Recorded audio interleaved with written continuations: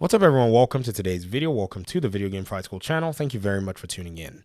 So this YouTuber, Endymion TV, was doing a critique on Suicide Squad Kill the Justice League. In that critique, they had a section where they talked about Gotham Knights. And I wanted to give my perspective from a game developer side as to some of the things that he said that are inaccurate.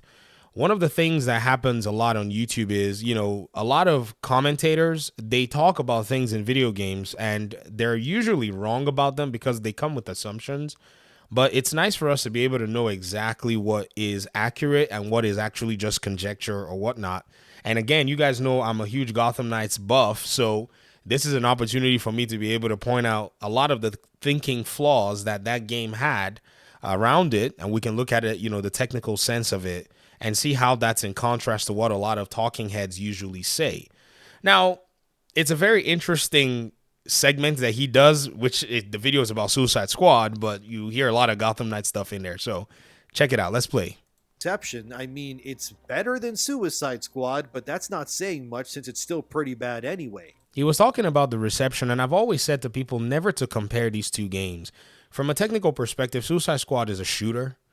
So your comparisons are going to be quite strange. You can only find a few strands, like maybe the narrative, lore, story, and a few things that you can kind of juxtapose with one another. But if you really want to get into the meat and potatoes of both games, they're just very different. I mean, it's like saying you want to compare a game like freaking, Call of Duty with Batman Arkham. They're very different games. I wonder why talking heads keep doing this stuff. I can't believe that a WB Montreal Batman game outperformed a Rocksteady-made Arkham game like this.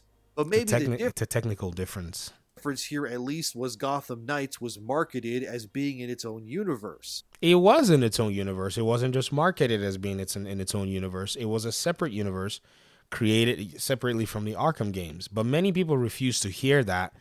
And instead of actually looking at the game from that perspective, they always fail the litmus test. Avoid comparing it with Arkham. Let's see how far he can actually do with that litmus test. So it wasn't stepping on the toes of Rocksteady's universe, but clearly it was also...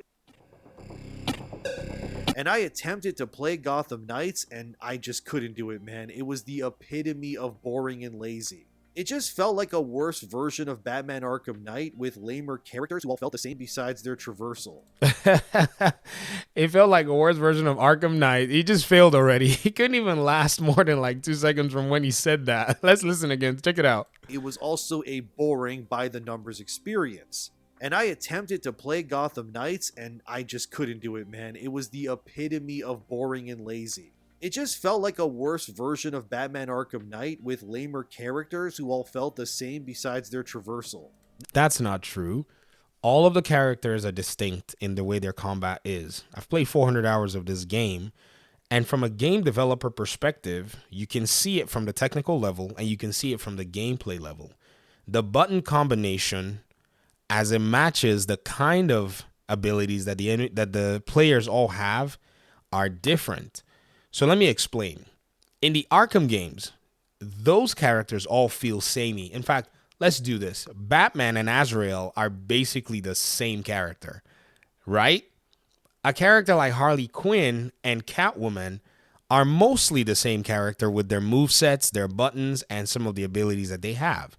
There are similarities actually much closer in the Arkham plethora than there are in Gotham Knights, because you counter an attack with the exact same buttons, and then when it's time for you to do your takedown, you do them basically the same, or there may be one ability here or there that's different overall that sets them apart. In Gotham Knights, even the attack sequences to be able to do perfect strikes are different. Even though you're using the same attack button, they differentiate them with their animation play. So even from that base level, all of the 4 knights in Gotham Knights are already very separate.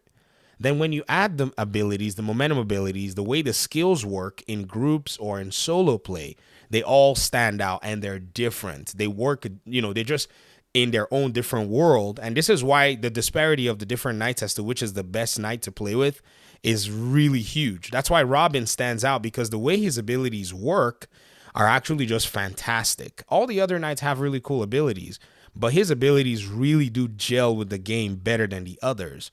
So there is, in my opinion, a distinction, but in a factual sense, from the technical, perspective of how the developers design each characters, you can already see it.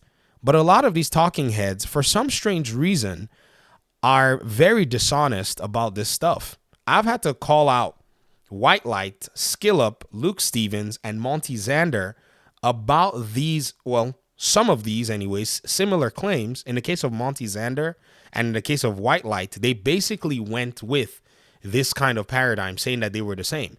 Remember White Light, his was just word salad, that you hit this one with a stick or you hit that one with a stick. Those of you who watch that video, with Monty Xander, he plays all their attack animations and says, what's the difference here?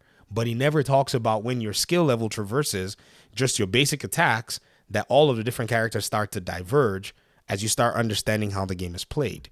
So just a simple statement like this, which is a lie, can go out there and it could basically deceive a lot of people. That's why I wanted to point it out in this video. Not to mention the terrible mobile phone UI and the game having pointless RPG elements. Like, why add that to games like this in the first place?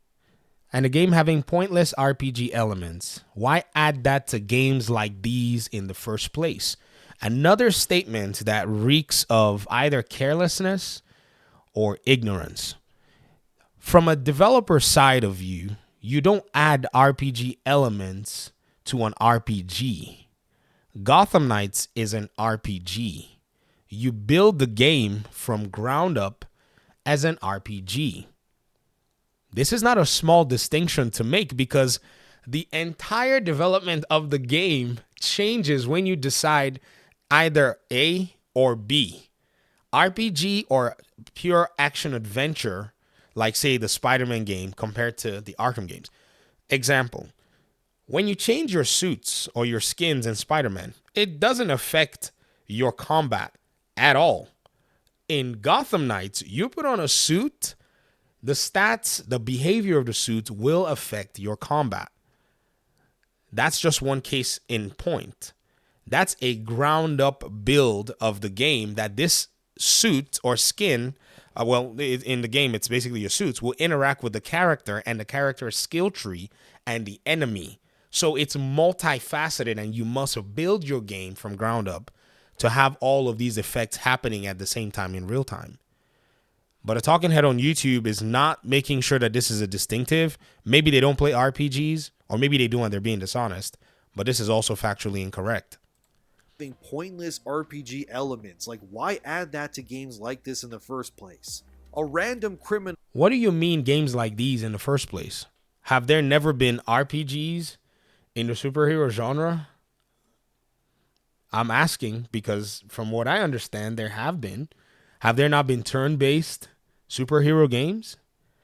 From what I've heard, I mean, there have been, and from what I've played too, Midnight Suns, have there not been, say even games that have a different style that's not just the beat 'em up in those universes? There have been. So this question is a redundant, stupid question, because there are all kinds of games out there, but this person is not paying attention to that, other than this is the game that I would prefer to play. Hence, this game not being made in that, I question it on a fundamental level. It's useless. On the street doesn't go down in a few. Hold on, I want you to hear this next A place. random criminal on the street doesn't go down in a few punches because my Red Hood's level is lower. You're telling me a man whose life consists of nothing but working out, eating right, and has access to the latest gadgets with an unlimited budget cannot take out these criminals in a few hits because his player level is too low? Like, come on. It's an RPG, number one. Number two, he doesn't have an unlimited budget. The Batcave got smoked. That's one, but that's not even anything to say. Let me show you guys a gamer called Ongbal. This guy is very good at playing these action games, right? This action RPG games and the combat in them. And he'll go around fighting bosses and doing all kinds of interesting stuff. So he takes a level 1 character and he fights all the bosses with no damage taken, right? It's a skill thing more than anything else. But even when he's actually fighting these bosses, he will build his character in a way that even at level 1, you can still smoke them and still be able to gain the benefits of them. I can tell you that at lower levels, with lower level gear, you can beat enemy NPCs in Gotham Knights with less hits and be very effective when you do that, when you actually spec your gear right and actually play the game the way it's supposed to be played. This is a skill issue. Why? As an RPG, all of the enemy NPCs, they have their weaknesses. Right now, he's playing against the freaks. This is the enemy NPC class that uses fire as, their main attack. They're also weak to cryogenic damage, which is ice. So you don't even need to have level 4 ice gear. You just need to have any gear that can actually freeze them, and that gear will damage them significantly. He is using, I don't know what kind of gear he's using, but if you notice, he's doing very terrible damage to them when you actually watch the video. I hate it here, dude. Look, and let me pause this, whatever. Look at that. He's doing very minimal damage. Now, granted, he's level 4 in this regard, but usually in RPGs at lower levels, you're going to feel it very heavily. But the moment you hit double digits and a game like this where if you keep playing, you're just going to be getting gear, you'll be able to find what it is you need to take them out. So he's playing the game wrong. So he's going to punch one enemy NPC multiple times before he sees any results, because this is a skill issue and a lack of understanding of the kind of game that he's playing. Again, talking heads would deceive a lot of people, and they did, especially with Gotham Knights. On the street doesn't go down in a few punches because my Red Hood's level is lower. You're telling me a man whose life consists of nothing but working out, eating right, and has access to the latest gadgets with an unlimited budget cannot take out these criminals in a few hits because his player level is too low? Like, come on. No. It's because you suck at the game. That's why you can't take him out in a few hits. It's not has nothing to do with the the game. You just don't know how to play it, and it's a reality. I mean, and if these people want to criticize these games, they need to understand what they're doing. They're not just criticizing the game. They're criticizing the fundamental design of the game. And so here's a problem that we faced a lot of in Gotham Knights. I hate it here, dude. Look, I love RPGs, but not every game needs to be that way, and it honestly ruins immersion for stuff like this. That's a preferential comment. You don't love RPGs. What are you talking about? You love some RPGs. That's fine. I don't like all RPGs. Why would I like all RPGs? There's some I can't stand. There's some I won't be able to play. There's some that don't appeal to me. But doesn't mean that they're bad. Or you're saying that the whole superhero genre should be generic and we shouldn't have any variety in them. Again, this is a very challenging, conversation to have. And of course, Paul Tassi over at Forbes recently released an article claiming that Suicide Squad has the worst enemy modifiers in the entire genre. And I mean, dude, let me just read a little bit of what he said. Anyways, I think I'm done. I think he's done with the Gotham Knights critique portion of the game. But I thought it was very interesting to see somebody come out and just, again, vomit ignorance all over the place.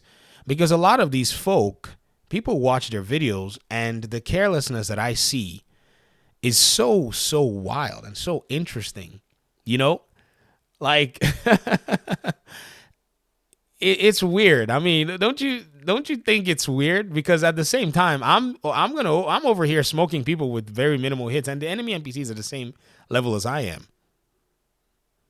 I mean, this is my gameplay for Gotham Knights. I have hours and hours and hours of gameplay. But I thought I'd point this out because, ladies and gentlemen, you cannot listen to a lot of these people when there's a game you're looking forward to. Your best bet is to play that game. Your best bet is to make your decision on your own. So thanks so much for watching. Appreciate you guys so much. Peace out.